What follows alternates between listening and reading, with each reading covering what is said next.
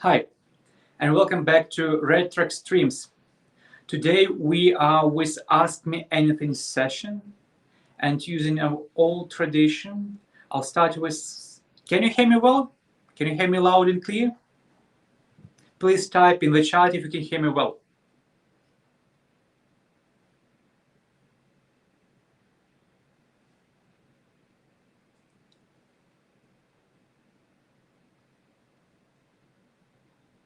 Okay, I don't see anything in the chat, but I do hope that those people, wonderful. Thank you very much. So, if everybody can hear me, let's start. You type in questions. You may also like this video, share this video. This will help all the algorithms of YouTube, Facebook. We are even on Twitch. And meanwhile, let's go for the question.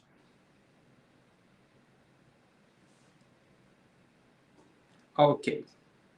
So we have a lot of people on the stream. Everybody can hear me. But where are the questions? Well, let's say while I'm waiting for questions, and thank you everybody for joining, let me tell you two big news. So in October, we did two things. Well, three.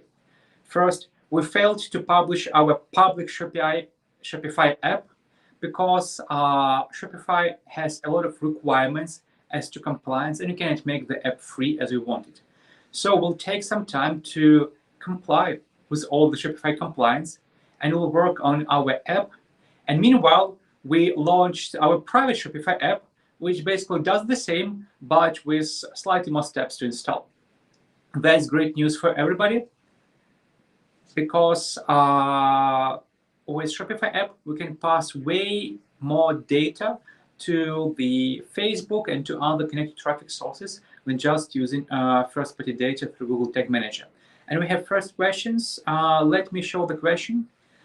So that's the question from Vlad. Okay. What's happened with YouTube? What's happened is that sadly for YouTube, when you get traffic from YouTube iOS 14.5 apps and later, Google is not sending Google Click IDs. So you can run campaigns just fine. We'll track everything. We will show you conversions. But since they are lacking Google Click IDs, we will not be able to send those conversions back to Google. And probably your optimization efforts will suffer. So that's why most people who run YouTube try to split campaigns into iOS campaigns and Android campaigns. And basically for iOS campaigns, you have to sort of hope that Google will sort it out, or just don't run CPA optimized campaigns where you don't care if Google will sort it out or not. For everything else, it works as fine as usual. There is a solution. It's currently in not in public. We have access to the documents. As soon as this solution can go public for us as a provider, we'll implement it for our customers, and we'll be able to send back all conversions to Google, including YouTube campaigns. So like I said, YouTube is fine and working unless you do iOS 14 traffic. In that case, you will miss the opportunity to send some of the conversions back to Google. Hope this is a good answer to the question. And while waiting for more questions, let me share another big update, is that we found, and well, not fixed, basically we launched something that we now call Smart Attribution. What it allows us to do is to do cross-browser tracking and attribution based on your first-party data, as we usually do. It will happen on the backend instantly for all the RedTrack users. You might have noticed new template we did for organic traffic sources. And what it does, it basically significantly reduces the number of unattributed conversions or conversions that are attributed to non-paid traffic sources. And again, that's great news for us, and I think that's the big progress for the tracking overall. I hope the other trackers will follow suit and will implement the same feature. Surprisingly, when we double-checked, cross-browser tracking is not supported by Google Analytics.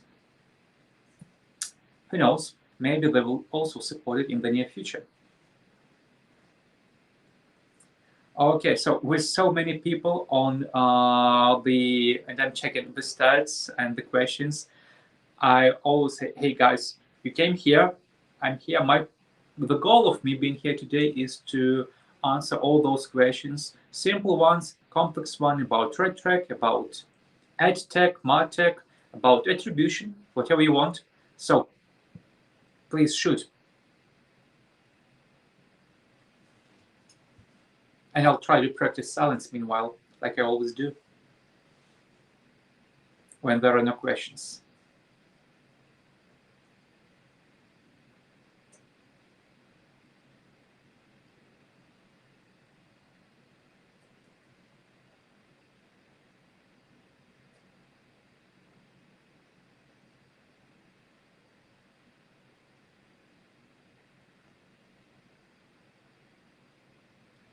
Well, that's a good question. We have not fixed anything. We basically ensured two things.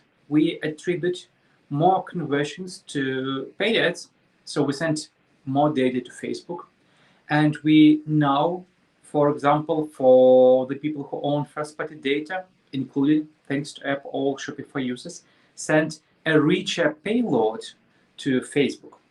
So what richer payload means is that now we can access first name, last name, email, zip code, phone. Of course, to keep you in compliance, we hash this data on the fly, so anonymize it before even sending it in RedTrack. So we'll not see names or last names or emails or phones in the logs. You'll just see string of numbers. That is sufficient for Facebook because Facebook hashes his own data the same way on their backend and then compares the strings of numbers. And this should lead to improved attribution. Since we launched this app today, we yet to see how much the average match quality will raise with all this data. My estimation based on Facebook data, it would go up probably by 2 or 3 points. Also, since we're sending more data back to Facebook, it will now have more data points to do the matching, and basically it will improve the algorithm and the machine learning, and it will provide you better results. This is quite popular topic, as in Facebook there are 3 distinct data sets right now that have different data, although it comes from the same place, either from Pixel or from Tracker or maybe from both. Let me explain you these 3 data sets. Number 1, that's your event measurement. It shows you all the events that Facebook can attribute according to policy and requirements. We're talking about iOS 14.5 mainly. Now, there is a second section there that's called aggregated event measurement. In that section, you have all the events that Facebook cannot attribute, but it still counts them aggregated and still has this data and still uses this data for optimization reporting purposes. And between those 2 data sets, Facebook has sufficient information about your conversions to feed machine learning and to train the algos that do, for example, purchase optimized campaigns. Separate from all of those, you have Facebook ads reporting that is now using model data in all the cases that don't have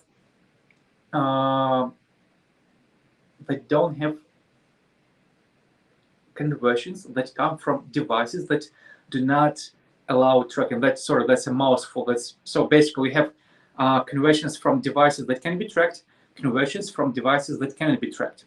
If you have both, then Facebook applies modeled data to your ad reports, and now they can be all over the place. They can be accurate, they can show more conversions, they can show less conversions. How it is possible? Because the more data you send and the less the share of non-attributed or non-trackable devices and conversions from them in the pool of all conversions, the data you have today, and for those trackable devices, well, the models may show you 6, 7, 8 conversions because they don't have sufficient data to do it properly. So I hope this is the answer to the question. So what we fixed, we sent more data to Facebook, and we sent richer payload to Facebook. Both improve to how their algos work and deliver. Now, thank you very much. Next one. And I will tell, do you have any insights benchmark across industry for public use? No, we don't. That's the whole idea of the RedTrack, that all the data belongs to the user who uses our account. And we don't even have tools. Not that we have time to check the data, we don't even have the tools to consolidate this data and show to somebody. And we will never do it unless in the future we'll roll out some, hey guys, do you want to participate in benchmarks and then have access to the data? Yes. Then we can feed your data to the benchmarks, and then everybody who feeds the data to the benchmarks will get access to those benchmarks, and we will see some industry numbers.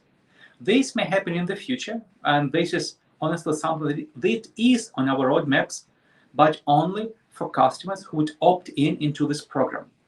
If somebody wants to remain anonymous, we don't go into their accounts, we don't check what they do, especially we don't check what are the results, even anonymized, average by industry basis. So no, we don't have the data.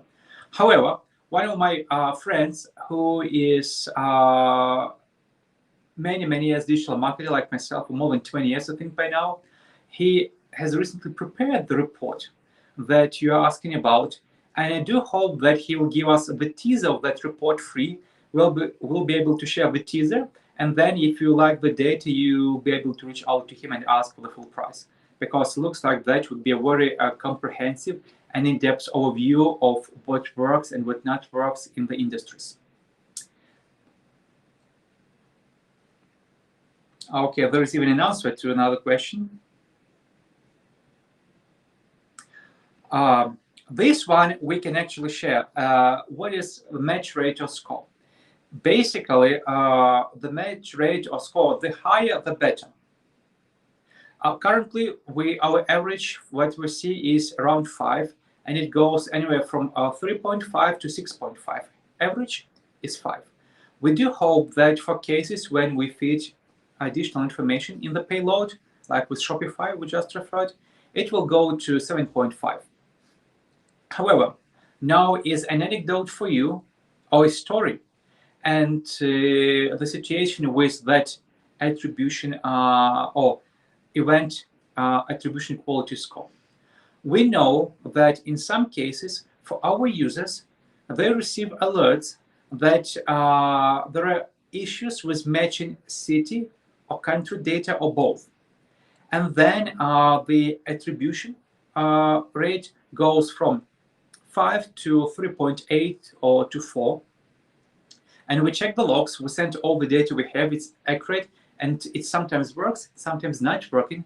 We had a chance to reach out to Facebook, and the response, unofficial, but I think I can share it here because it's not referring to any person, said, yes, we can see this happening. We don't even know if that is a bug, and no, that doesn't impact the attribution. So I think what does impact the attribution would be the information about click ID, Facebook browser ID, maybe user agent, and definitely it would be email and phone number, because those are the data points that Facebook can tie to existing user profile and do optimization and targeting. Without those data points, doesn't really matter if I'm in Vilnius or I'm in Kiev or I'm traveling somewhere else. It will still be my Facebook account, and Facebook will recognize me by my profile, not by my city or country. Although that information, of course, adds, but insignificantly. And Facebook is still a profile-based attribution company.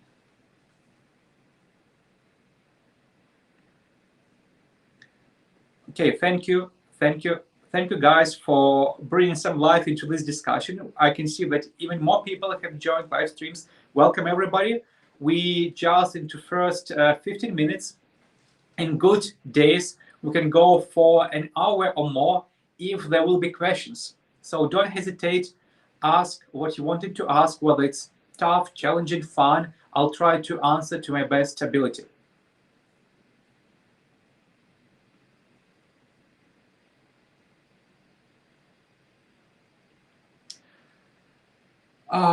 I'm not sure what would you call by troubles with TikTok, because TikTok just recently launched their API.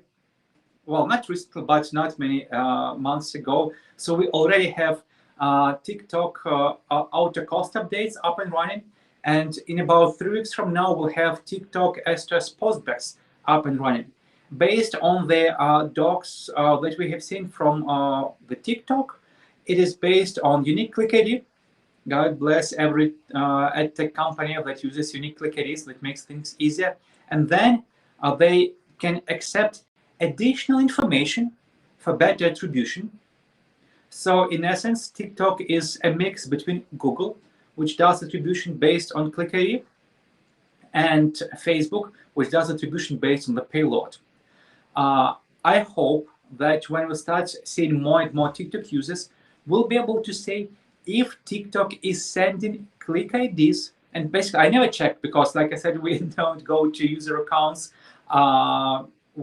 unless we ask to check something. So I need to find somebody in RedTrack who is doing TikTok campaigns and ask to check if TikTok is sending click IDs for iOS 14 traffic.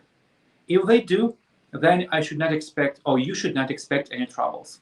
If they don't, well, then, like in Google case, the attribution would not function properly because you somehow need to connect the data we have with the data TikTok has, and IDs are the ideal way to do it. What we are doing differently in terms of Conversion API. First of all, I have no idea what Volume does in terms of Conversion API. I'm not sure it's a good or bad answer, but I think there are so many users in this market that if even everybody has an ideal solution, each and every company will still find business.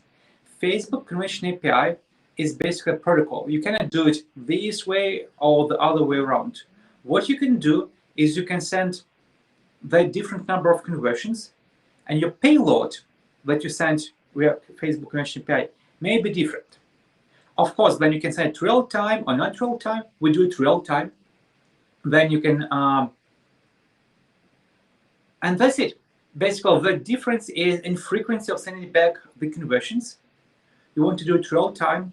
With the amount of the conversions you send, you want to send as much data as possible, but then you need to have accurate attribution.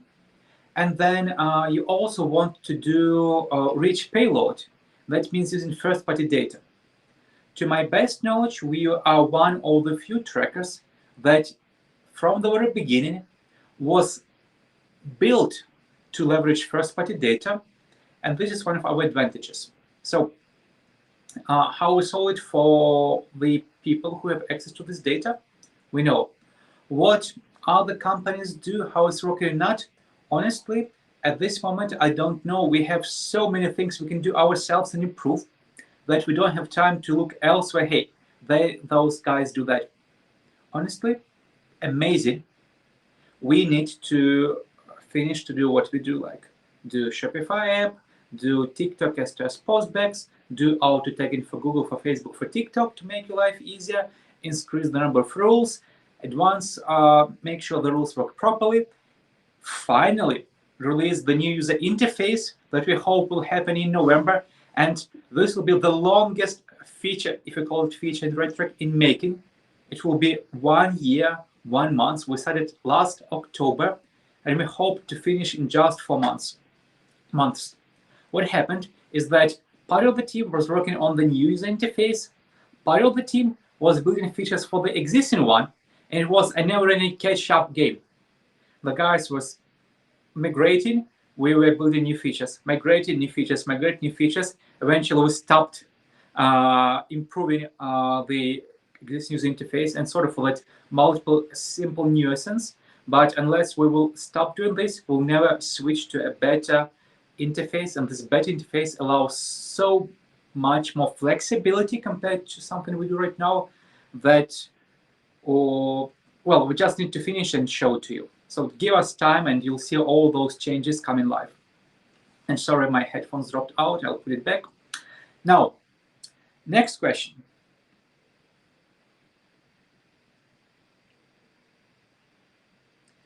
The solution we did solves cross-browsing.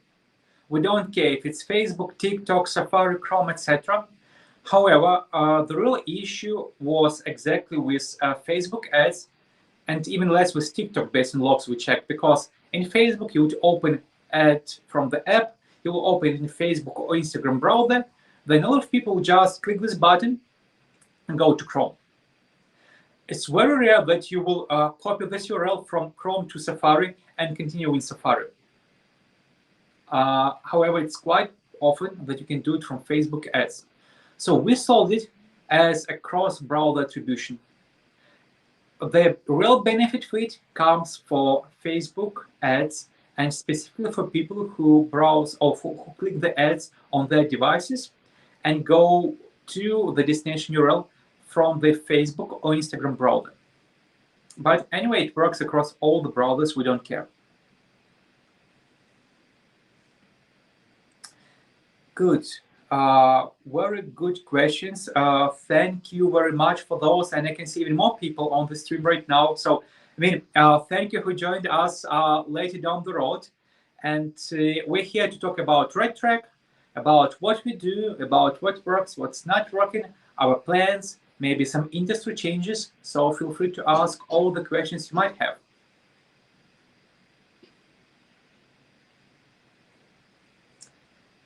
Coris, thank you that you like all the questions. I'll just show it here. Okay.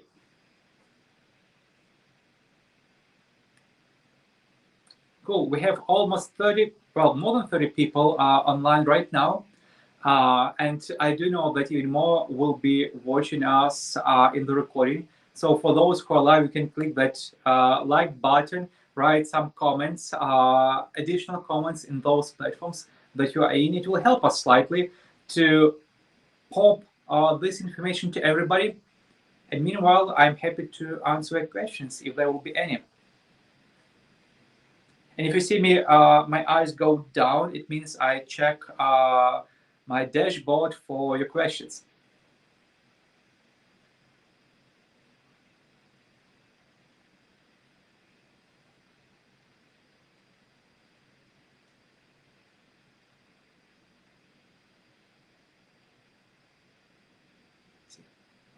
And silence. Dreadful silence goes into the live stream room because there are no questions. So, of course, I have an ability to talk, and even talk not nonsense for a prolonged amount of time, but we'll try to stick to the point and me answering questions, not talking about random things.